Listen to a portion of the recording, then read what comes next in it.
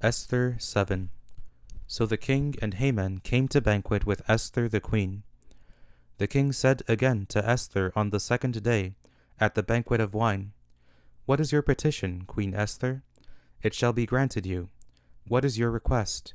Even to the half of the kingdom it shall be performed." Then Esther the queen answered, "If I have found favor in your sight, O king, and if it pleases the king, let my life be given me at my petition, and my people at my request. For we are sold, I and my people, to be destroyed, to be slain, and to perish. But if we had been sold for male and female slaves, I would have held my peace, although the adversary could not have compensated for the king's loss." Then King Ahasuerus said to Esther the queen, "Who is he, and where is he who dared presume in his heart to do so?" Esther said, "An adversary and an enemy, even this wicked Haman." Then Haman was afraid before the king and the queen.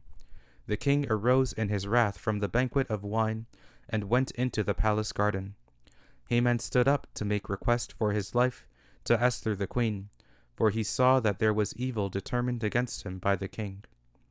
Then the king returned out of the palace garden into the place of the banquet of wine, and Haman had fallen on the couch where Esther was. Then the king said, "Will he even assault the queen in front of me in the house?" As the word went out of the king's mouth, they covered Haman's face. Then Harbona, one of the eunuchs who were with the king, said, "Behold, the gallows 50 cubits high, which Haman has made for Mordecai, who spoke good for the king, is standing at Haman's house." The king said, "Hang him on it." So they hanged Haman on the gallows that he had prepared for Mordecai. Then the king's wrath was pacified.